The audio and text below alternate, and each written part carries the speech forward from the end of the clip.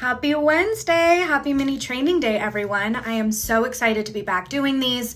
It feels like it's been forever, but I am really passionate about the topic that we're going to be talking about today, which was overwhelmingly voted in my story sticker. Going forward, I wanted to just focus on personal development because that's really what I feel called to serve to going into 2021. So what we're going to be talking about today is a heavy hitter. We're going to be talking about boundaries.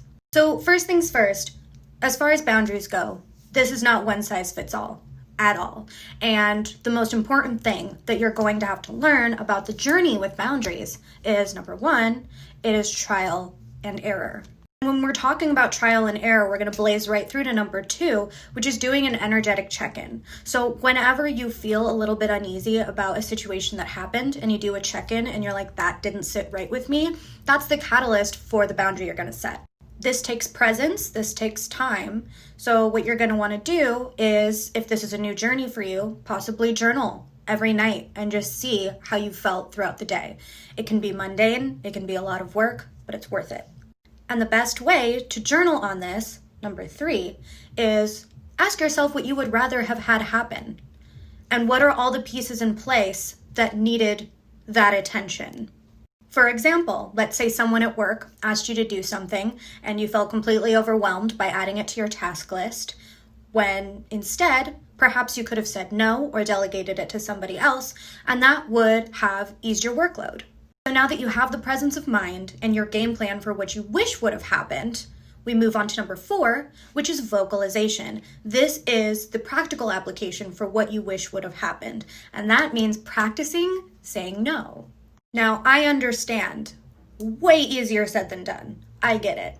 But using the word no is like exercising a muscle. And every single time you say it, every single time it gets stronger. Now, number five is tricky, but you have to be a little bit stubborn. If people do not respect your boundaries and they do not respect no, you have to also practice not moving on it. Your boundary is your boundary.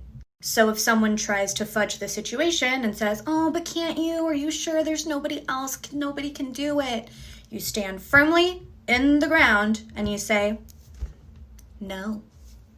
Now, number six is something that I think a lot of people gloss over, but it's a really, really big one. And that is the willingness to let things fall away. So for example, perhaps your relationship with that particular coworker isn't going to be the same anymore. And that's because, for all intents and purposes, that person only liked people pleasers. And since you are no longer one, you don't give them the thing that they need. So the willingness to let that relationship fall away must follow suit. And finally, healing. Sometimes that's really painful. And when we start to set boundaries, lots of people will fall away, lots of situations will fall away. And yes, new and better, amazing things come, but there is a grief and lamenting period in between the growth. Growth sometimes hurts, sometimes it sucks. But if we can make sure that we stand by our boundaries, we're going to be destined for better. I'm so excited that I got to talk about this, and I know that it's just kind of a glossing over of boundaries. But if you want someone that's going to help guide you through the nuances day to day of how to set boundaries, you're going to want to listen up. The cart for my New Year, New You mastermind, which is a 6-month-long sisterhood, is going to open soon. But you can get on the waitlist today and secure your spot so that you can become a boundary-setting badass. That's going to be a huge focus of the group.